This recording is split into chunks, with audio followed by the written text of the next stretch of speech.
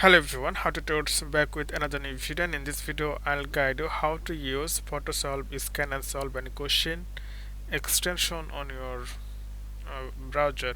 So first of all you need to add this in your Google Chrome, then you can go anywhere, like it can be video, audio or article, anything. If you want to get solve, then you can get it. So first of all you can see here it's exam video. This is the question answer. So I want to get help from PhotoSolve. So you can see here I already add PhotoSolve browser extension. So simply click here and you can see scan question, ask AI tutor. So click here. So now you can select this question.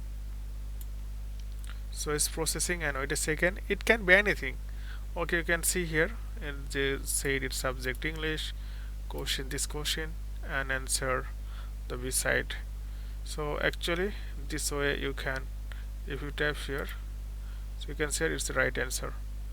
So if you click different, then it will not correct. So actually this way you can use PhotoSolve. It can be video, Google, YouTube video or others.